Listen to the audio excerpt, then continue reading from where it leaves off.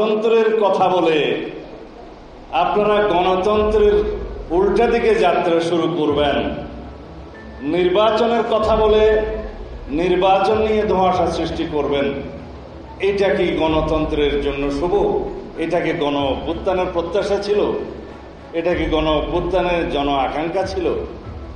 যখনই আমরা ডিসেম্বরের মধ্যে মাননীয় প্রধান উপদেষ্টা প্রতিশ্রুত নির্বাচনী রুটম্যাপের জন্য দাবি করি, তখনই বিভিন্ন সময় বিভিন্ন উপদেষ্টা পর্যন্ত বক্তৃতা দিতে শোনা যায় জনগণ নাকি তাদেরকে 5 বছরের জন্য চায়।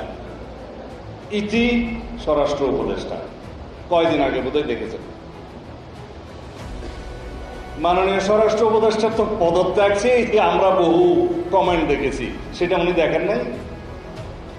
কালকে আমাদের ফরিদা আপা একজন উপদেষ্টা,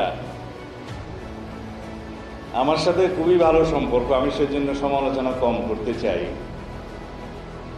বললেন যে ওনারা নাকি নির্বাচিত হয়েছেন। কিভাবে? গণ অভ্যুত্থানের মাধ্যমে ওনাদেরকে নির্বাচিত করেছে জনগণ। তাহলে এদেশে ইলেকশন কমিশন আছে কেন?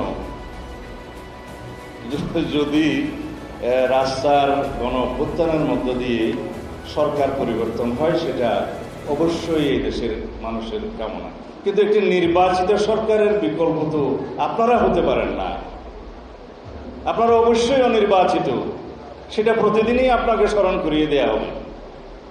অবশ্য ওনার স্বামী আমাদের ভাই সাহেব জনাব ফরহাদ মাজার সাহেব গত 2-3 দিন আগে বক্তৃতা দিয়েছে, নির্বাচনের মাধ্যমে নাকি গণতন্ত্র প্রতিষ্ঠা হয় না, কেবল লুটারাদের একটা সাম্রাজ্য প্রতিষ্ঠা হয়।